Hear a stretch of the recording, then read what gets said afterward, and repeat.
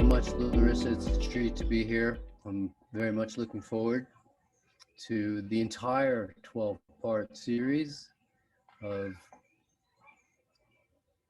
low-fat, raw vegan nutrition as it applies to our show, Let's Cook Raw. We want to bring each segment back home every time, and this time certainly no different. I found I get my best success when I'm building something is start from the bottom and work my way up. So as we did last week, talking about the very most, or last month, talking about the very most basic aspects of calorie counting and calorie sources, we'll go on this time with an aspect of nutrition that supplies no calories whatsoever. A rather confounding substance, really, because if we look at the concept of what's known as nutrient density, a lot of people talk about nutrient density, and that's typically referred to as nutrients per calorie. Here in water, we have a substance that provides us with no calories and yet is considered a nutrient. So I don't know whether the nutrient density of water is therefore zero or infinite. It's got to be one or the other. But either way, it confounds the entire concept of nutrient density. For example, when we look at the nutrient density of lettuce, some lettuces have twice as much water as other lettuces. Yet pretty much all lettuce contains the same nutrients in pretty much the same quantities. Oh, a few little differences, but really minor. I mean, if it's lettuce, it's lettuce. But if it has twice as much water, well, then it has half as much of all the nutrients per bite or per weight or per however you want to measure. Unless we're talking about dehydrated lettuce and measuring everything from dehydrated weight, in which case all lettuce would be the same. So water is a funny substance. So many people talk to us about living water. They're selling living water, and I'm not arguing that water has some amazing properties. We'll talk a little bit about some of those properties, some unique, some just special. And yet, in order to be living, you have to, at least in science, in the real world, you have to fulfill certain qualities. You have to be able to die. For instance, living things all die. They have parents, they have offspring. Usually they do other things like breathe. It's called respiration. In some fashion or another, there's some respiration and procreation. Now, I don't think water fits any. Well, water does not fit any of those qualifications.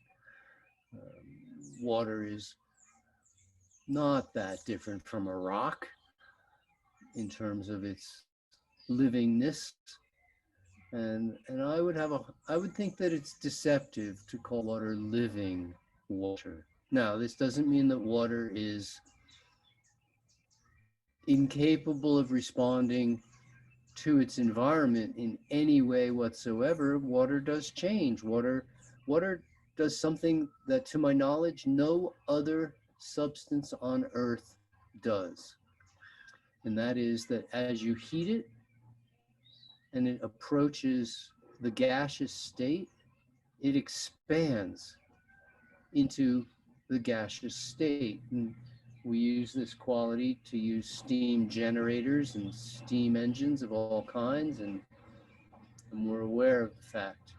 But water also expands as we cool it, and as it approaches the solid state from the liquid state, water once again expands. And this is a special quality for us on Let's Cook Raw, something that we can utilized to our advantage when we want to, and happens to our disadvantage when we don't want it to happen, and our vegetables freeze in our refrigerator, uh, and they wilt themselves or go soggy or soft. This is because plants have cell walls that don't stretch much at all. And when the water inside the plant cells expands as the vegetable approaches freezing, the cell walls break due to the expansion. And when we cool it back down, even enough to let the waters inside the plants melt, then we have something that's very soggy, very soft, has lost its texture of crispness that we often come to enjoy and appreciate. So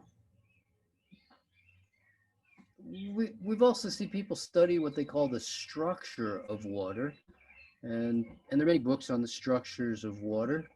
Uh, and at least to some degree, water can reorient itself to what appears to be a respond to certain vibrations, say certain sounds. So rock music might generate a different response in the water itself if we look at chemical structure, not formula, but arrangement of the molecules. Might structure itself somewhat differently than it would to Bach or Mozart, which is quite fascinating and sometimes leads people to suggest that water is alive. But no, this is just a response to, this is wave action, this is molecular, this is chemistry behavior, and not an indication of life. So water's got all kinds of special qualities. Um, in fact, it's so universally found, at least on Earth, which is an odd twist of terminology, really. Why would we say universal if we really just mean on Earth? But um, we won't get too deep into that right now. But water is such a common element.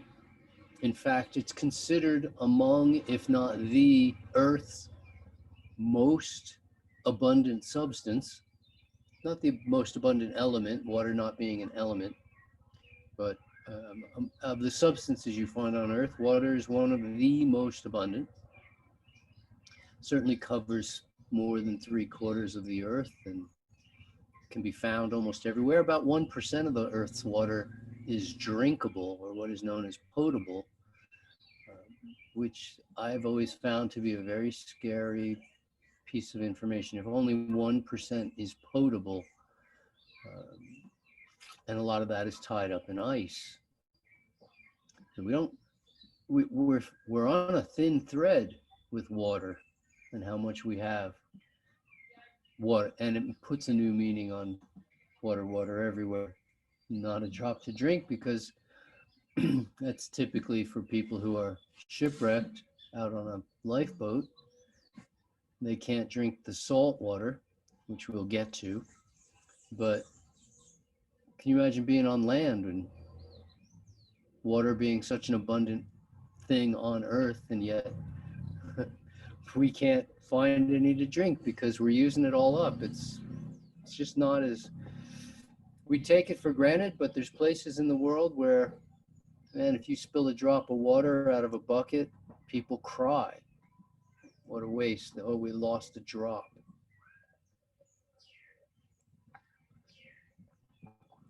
How about water being so commonly understood and known, and that it's the basis for the metric system, an entire method of counting that is based around volume of water, mass of water, um, molecular wavelengths of water. I mean, the whole thing is pretty cool.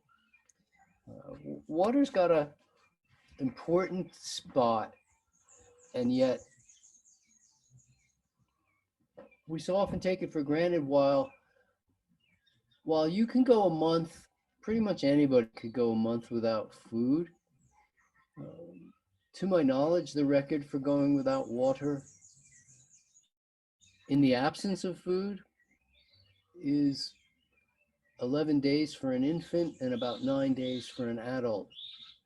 Uh, so, and this is based on pulling people out of wreckage where they were forced to, usually earthquake wreckage, where you stop finding adult survivors after 8 to 9 days, and you stop finding infant survivors after 10 to 11 days. Sad, but sad but true method of determining how long can you go without food and water. So the reason I say it that way is because food is a great source of water, and as many people notice on the raw food diet, we often don't have to drink as much water on a raw food diet as we did on a cooked food diet. Again, an issue we'll look at in a few minutes. So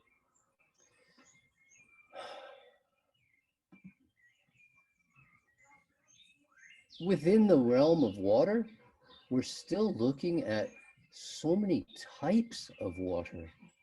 I mean, amazing that we would name all of them. I mean, I just want to call it what? Oh, is it water? It's water. I mean, when I was a kid, if it's water, it's water. Now we've got rainwater, spring water, tap water, distilled water, pH neutral water, RO water, filtered water, condensated water, Kangen water, all kinds of water. Um, and I find that a tremendous number of the people selling most of those different kinds of water don't even know what are we talking about.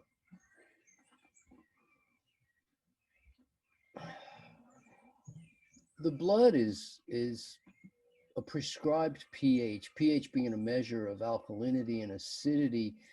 Blood pH doesn't vary much, and at rest it doesn't vary at all in health, and stays just ever so slightly above neutral at around 7.43 or somewhere around. We don't have to get down to the details of that, but somewhere around 7.4. And understanding that that's not as close to neutral as you might think if you don't understand the pH scale.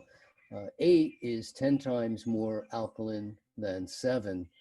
So it's not just a teeny bit, but it's still a fair bit closer to neutral than it is anything else. And yet if it goes up to 7.6 or 7.7, you've probably long ago been hospitalized and may have died. And if it goes down, if the pH of the blood goes down to 7.2, most people feel really ill. But a trained athlete who's used to driving their blood pH down through the effective waste products of metabolism might be able to handle 7.2 or even 7.1 without feeling so ill that they thought they couldn't recover. There are athletes have driven their blood pH into the acid range of actually below 7.0 into the high 6.9s without ending up in hospital. And then through adequate recovery, bring their blood pH back up in a reasonably short period of time. But for most of us, 7.3, 7.4, this is our operating range.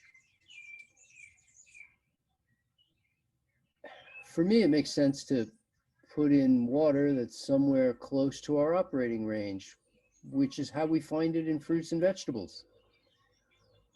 There are people who say, well, gee, there's so many acidic influences in our life. Coffee, cigarettes, alcohol, meat, bread, cheese, fish, fowl, and on through a bunch of things that are actually not considerations on a low-fat, raw vegan diet. When we're living healthfully, we don't have any, let alone all, and medications. We don't have any and all of these acidifying influences.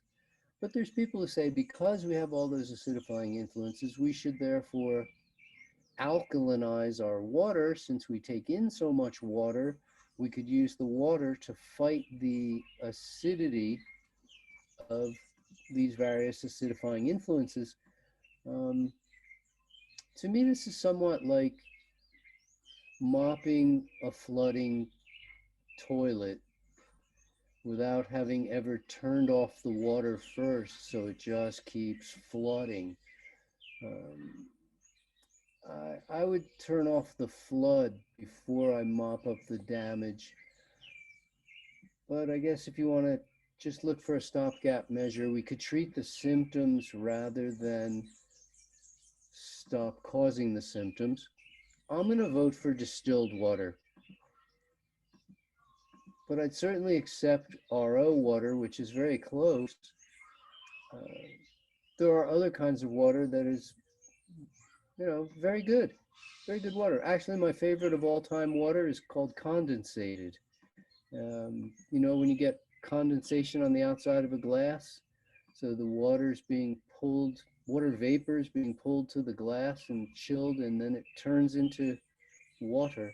That's crazy clean water, and there are machines that do that. One of them is an air conditioner, and you know how water drips off an air conditioner. Your refrigerator does the same thing, actually, and water drips off your refrigerator into a pan on the bottom that most people don't know exists. But that water that comes off, there are machines that are intentionally designed to condensate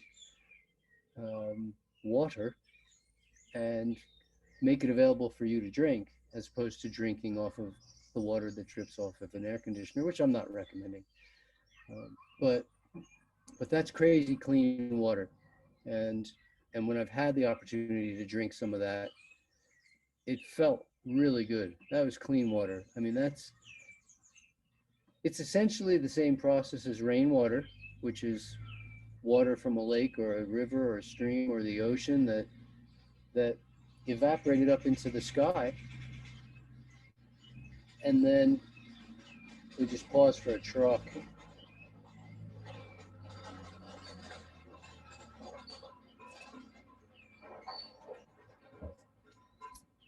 Our host's truck, no less. So that's water evaporates off of bodies of water, evaporates up into the sky. We look up and see the beautiful clouds. The clouds drop their water, but when that water forms, it forms around a particle of some kind. Rainwater has a particle, a solid particle. There's particulate matter in the air, and rainwater forms, or each droplet forms around a particle. So even rainwater, which is magnificently clean, if you've ever had the opportunity to wash in rainwater, your hair will never feel better than washing in rainwater. Your skin will never feel better than washing in rainwater. As good as it feels from a waterfall, it's better from rain. And yet, condensated water, I think, is easily as good as that. And distilled isn't far off of that. So, yes, people will say that that's just wrong. Distilled is so wrong because you're you're leaching minerals out of your body, you're leaching nutrients. If you put in water that doesn't have nutrients in it, it's just water, well then you're going to dilute all your nutrients. People don't usually say dilute, though. They usually say leach, which means to pull out. And I'm wondering how adding water into my body could pull water out of my body. And they'll say, well, yes, but you have to have a certain amount of calcium in your blood. And if you add water that doesn't have calcium in it, then your body has to renew the calcium from somewhere in order to bring calcium levels up. And I understand that. But that didn't pull calcium out of my body. The calcium that's in my body is mobile. It can move around. Some is structurally integrated, but certainly plenty is what is known, um, instead of as stabile, it's known as labile, meaning that it's available for use as needed. There's calcium in every cell of the body that the levels can change a little. However, in this case, we're talking about a very fine balance. So for instance, if a person has 11 pints of blood in their body, and that's considered about average for an average person. If a person has 11 pints of water in their body, and a pint of water weighs a pound, well, it turns out that when you lose a little bit of your water, it leaves you with symptoms. You feel weak. We'll talk about monitoring hydration in a few minutes, but let's start with the idea that if you lose 1% of the water that's in your body, you'll feel it. You'll feel weak. You'll feel tired. You'll feel amotivated. You'll find it hard to think straight. You'll want to rest. You want to go horizontal. You don't feel great. You might get irritated. Um, you just you feel dry. You feel thirsty. Your body's telling you you need water. At 1% loss of the water in your body, well, how much is that? Well, the average person, let's say the average person's 120 pounds, and there's 75% water. There's 70% water, really. Most people, kids are closer to 70% of 120 pounds. It's about 96 pounds or something. Did I just do that completely wrong? That's 80%. 70% would be 84. So 84 pounds. You're carrying around something like 80 pounds of water for an average lady, right? And yeah, 84, that's easy. Yeah, 36 minus from 120. Uh, some math you got to be able to do in your head. You're carrying around 70 pounds of water, 80 pounds of water. You lose 1% of that. That's almost a pound of water. That's almost a pint. So we're looking at a 1% loss being almost a pint of total water. It's not a 1% loss of your blood. We're not talking about that, but we're talking, we're not talking about a 10% loss of blood. You haven't lost a pint of blood, but you lost a pint of water from the whole body. How much of it is in your blood? Well, like you said, you got 11 pints, you got 11 pounds. That's 12, 14% of your total water. So if you lost 1% of your blood in terms of water, you're only losing a tiny bit. And you've got to add that back in, but you have to add that back in or you would be dehydrated.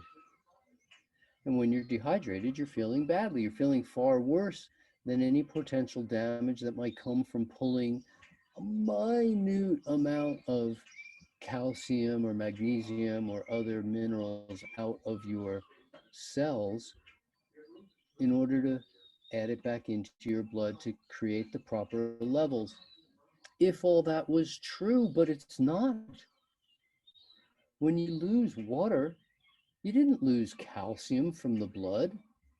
The calcium levels in the blood stayed the same when you lost a little bit of water from the blood. The calcium levels actually got a little more concentrated. And so by adding water back in,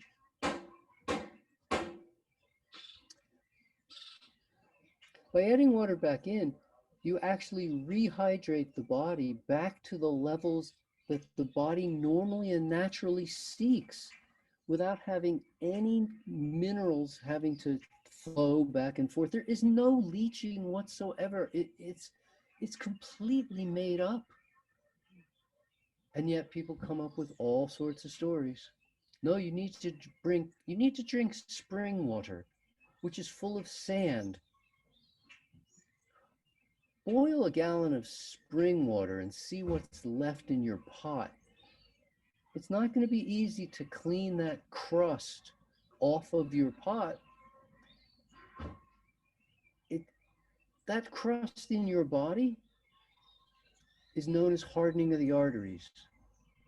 That crust in your body is known as kidney stones. That crust is gallstones. It's arthritis. It's even hardening of the brain, often associated with Alzheimer's. So I'm not sure that spring water is somehow magically better. What I am sure is that a 2% loss of your total water for most people will result in hospitalization. And by 3% loss of your water, most people are in fact hospitalized and quite ill. And yet the amount of water in your body changes faster than any other substance in the body. You could lose a pint of water in minutes in a hot environment, especially if you're being really active. And that's a pound. You could lose a pound in 15 minutes or less just by sweating really hard and using water for metabolism. I've done workouts on my bicycle where I went for an hour and a half's bike ride and came home 9 pounds lighter than I left. But at 9 pounds of water loss, which was a pretty big water loss for me, approaching 5% of my water weight, I felt like I needed water badly. And I drank almost a gallon because a gallon weighs 8 pounds. I drank almost a gallon of water and then ate a bunch of fruit. And the fruit provided a lot more water.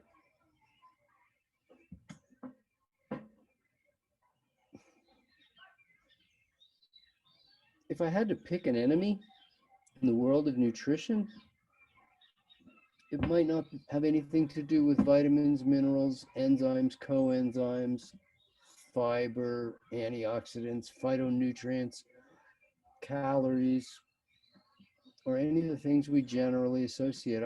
I might say that dehydration could be our biggest, most common, and in many ways worst problem,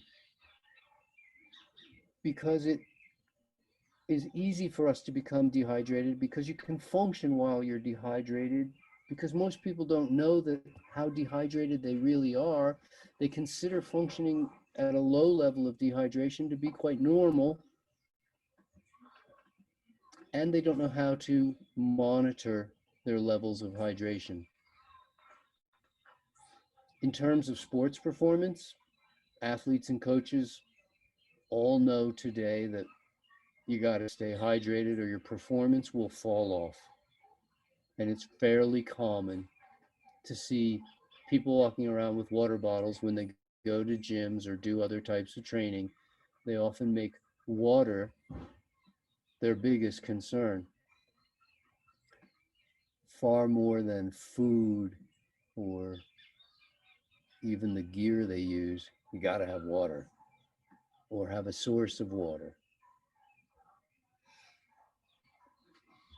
You could dehydrate yourself in order to get more sleep, because becoming dehydrated will put you to sleep. The problem is that you're functioning at such a low level that you actually aren't sleeping as much as you are going comatose. You wake up just as drained as you went to sleep, so you don't feel the recovery, and you're still thirsty, you're still dehydrated. I don't recommend dehydrating yourself as a method of falling asleep. Fat on your body plays a role in your level of hydration because fat's only 5% water. Okay, there are some types of fat, not as common, that are 15% water, but Most types of body fat are 5% water, whereas muscles are 75% water, and the body overall, as mentioned, is about 70% water. But if you add 10% body fat, you've actually dehydrated your body by about 7%. And it becomes increasingly difficult to stay properly hydrated the more body fat you carry. How do we keep track of our hydration? It's got to be important to monitor and manage and make sure that we're not dehydrated. And the easiest method, the easiest method is to step on the scale. If I step on the scale and I weigh 150 and then I go out in the sun for 20 minutes and sweat a bit and do a bit of work, and then I come back inside and I know I used up maybe 100 calories, so I lost half an ounce in weight of fat. Um, it's not going to show up. A half an ounce isn't going to show up on the scale, but I could have lost 2 pounds on the scale just sweating it out. Oh my gosh, it's so hot out there. And those 2 pounds,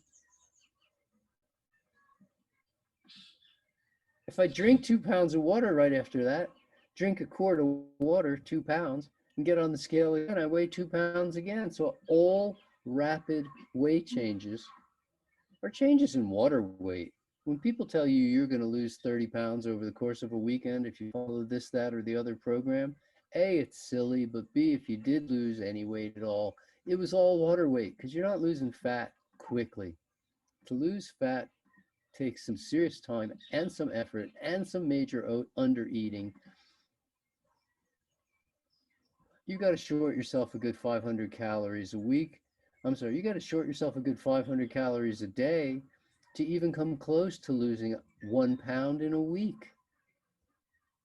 And if you short yourself 500 calories, which is about a quarter of what most women eat per day, I mean, you're gonna be hungry.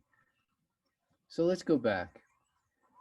The scale is an easy way to tell, hey, how much water did I lose during this workout or overnight? I got on the scales right before I went to bed. I weighed 156. I got on in the morning. I weighed 150. Well, all of that was a water weight change. Your body used some, you breathed a bunch out with every exhalation, you perspired a little bit, and you urinated some. And you lost 6 pints of water. Is it your true weight, the 150, or is your true weight right before you go to bed? I don't care. Whatever you want to measure. But certainly some nights you're better hydrated than other nights. And if you're trying to hit a low weight, then might as well measure your lowest and call that the real you. But you're only that weight for a few minutes out of every day. I'm not sure if that counts as your real true weight. We can still measure and monitor hydration 3 other ways. We can look at the color of the liquid of the urine. And urine can be many different colors. If it's polka dot, you've had too many psychedelics. But otherwise, you might see brown, which would indicate extreme dehydration. You might see any shade of yellow from orange to barely perceptible color. You might see red. Red indicates blood. When you're peeing bright red, there's a lot of blood in your urine. And it doesn't automatically mean emergency unless you don't know why it's there. But if the day before you'd been using a jackhammer for 4 hours and a bit of liquefaction necrosis caused your kidneys to break apart and you busted a blood vessel or two with all that shaking, or you were in a boxing match and took a couple of kidney punches, or things of this sort, it's not uncommon to pee blood for a day or two after some kind of trauma, major car wreck. this sort of thing. If you've got no idea why and you're starting to pee red, you're peeing blood, this is usually emergency, go for help. But if you're peeing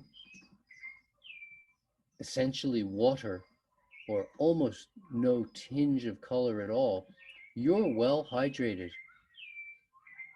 And when you see that the urine turns a darker yellow, it's time to add water. Another indicator is volume. In the medical world, the urologists would say that we have three definitions of urine volume. If it's normal, it's just normal. If there's not much, this is referred to as scanty. It's a concern because a lot of people have kidney problems where the kidneys start to or completely shut down and urine volume goes down, hence urination volume goes down, and this can be a problem, indicating that there are kidney issues that need to be dealt with. But if it's just scanty because you've had a super hot yoga session and you sweated like crazy and now there's not much volume to come out, you usually also see that the color has changed. But if it's scanty, it's time to add water. You don't need to wait until you feel thirsty. You don't need to wait until you see some color issues. How do you like our birds? They're good, huh? They're real. uh, Adding water is a good idea. I know people who add water every time they pee. Every time they have a urination, they drink a couple swallows of water. And they just kind of find their balance that way. We want to build that volume back up. The third definition, since we gave you two, the third designation, if you pee tremendous volumes of water, I mean, it's really like, and the medical terminology for that is called like a racehorse. If you pee like a racehorse, uh, there's usually no issues, unless you're overhydrating yourself, because too much water can be easily as much a problem as too little.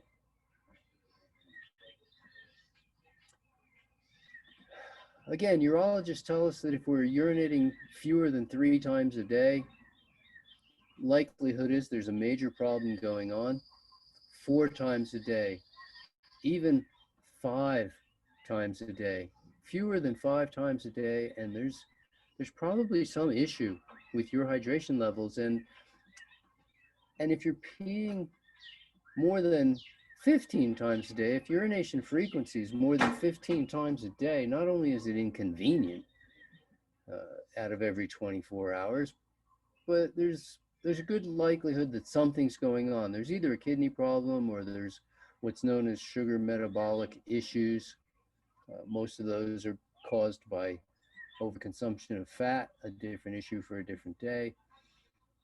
But overconsumption of fat negatively impacts upon your sugar metabolism, especially glucose. Uh, but something's going on, and we need to look. So they say 5 to 15. That's the range. Therefore, as is very common in the medical establishment, the official policy of the urologists would recommend 6 to 8 urinations per day, a number that I have no idea how they come to.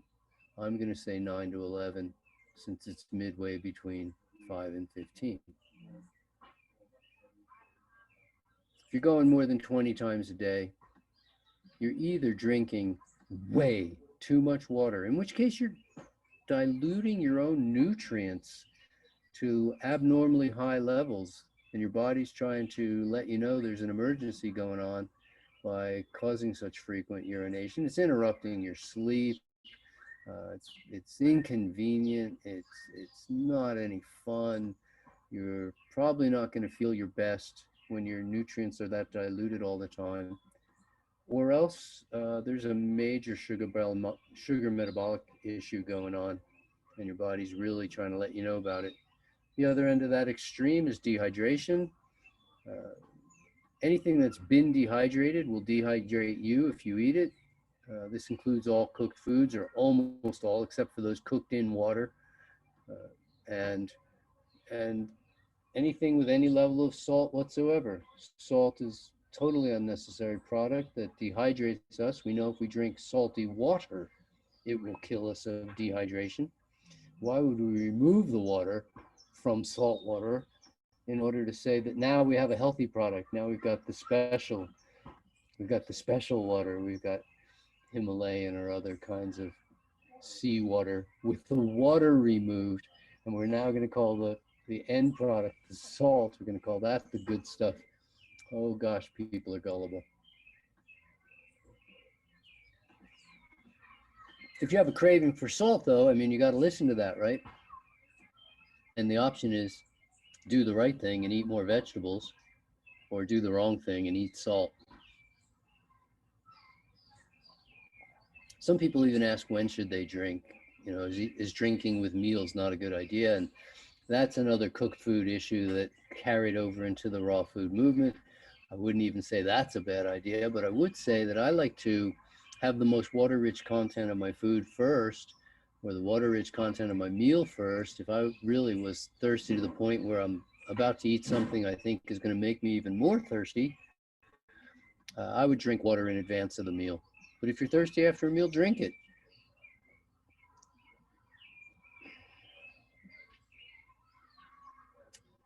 Some people tell me they want to drink more water. They have a hard time drinking water, in which case we can do what the pros do. I mean, when they sell electrolyte replacement fluids to give you your minerals, they add salt to it, because if it's just sweet water, which is what we need, sweet water deadens our appetite. It satisfies us. It's hard to drink lots of it. And if you're selling a product that you want your athletes to drink lots of, you want to make them thirsty so that they'll drink more of it, which seems sort of weird to drink a product that a rehydration fluid that's making you thirsty. And it is. It is weird because the water is being held extracellularly, because the sodium in our body is held extracellularly, and the sodium is going to hold the water, massive quantities of water, to the degree that if you eat a mere ounce of salt, you can't drink enough water to rehydrate yourself without likely causing death. Certainly a bit more than an ounce, which isn't a lot of salt, and you die. You can't drink enough water. So, um, in the same sense that salt and not enough water is a problem, too much water is easily as much of an issue. And we're not looking for more as if it's better, nor are we looking for less as if it's better. We want to find the range that allows us to urinate 8, 9, 10 times, maybe 11 times a day, stay hydrated, eat enough vegetables so that we're not craving salty things, and live a salt free life, because it's really an unnecessary substance. Some people would say that if you eat dirt, which salt is a form of dirt, if you eat dirt, you have a disease or a condition known as pica, which is when you eat things that are not food. We're designed, as we know, to eat fruits and vegetables. Salt is certainly not a fruit or a vegetable, but then neither is water, so we get into tricky ground. But the water is found in our fruits and vegetables, and most people find that most of the time, barring extremes of exertion or temperature, that they can actually get all the water they need from their fruits and vegetables. People ask me about water drinking and what kind of water is good and which is best and how much should you drink and on through all this stuff. And I'm going, well, we're making a big deal about nothing. We're making a mountain out of a molehill, because while medical people are telling us drink 12 glasses of water a day, that's to make up for the water that's not in our food and the salt that is in our food. On a raw food diet, I'm recommending that we drink enough water to stay appropriately hydrated, which for me personally is no water at all, pretty much from September or October, at least till April or so. But if I'm out working in hot sun or doing almost anything in the heat, I'll get a little thirsty and I'll drink a little water. But I would say most years, I maybe only drink a gallon of water, maybe two on a big year, big water drinking year. I might drink 2 gallons of water in a year. I don't know what that comes to per day, but it's not a lot of water. It would be, we could probably do the math on that, but it's not an ounce a day. It's maybe half an ounce of water per day over the course of a year. Uh, and the thing is, once you're only drinking that little water, the kind of water you drink doesn't matter. Point blank, doesn't matter. I could drink out of a puddle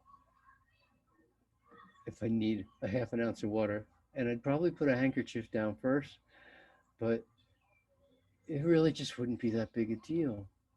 And and so in the sense that we're making a huge story, I mean, tell a whole lecture about water, a substance that we may or may not really need to consume at all, depending on your lifestyle and the temperature of your home and the altitude at which you live and the degree of exertions that you tend to participate in. Obviously, some water may be required.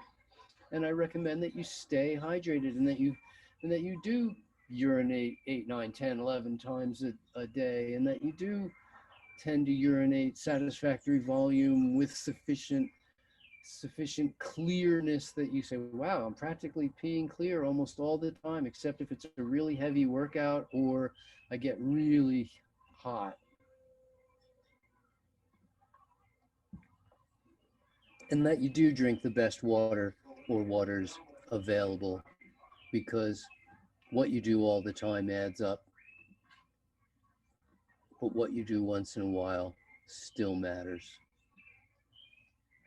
And we want to treat ourselves to the best.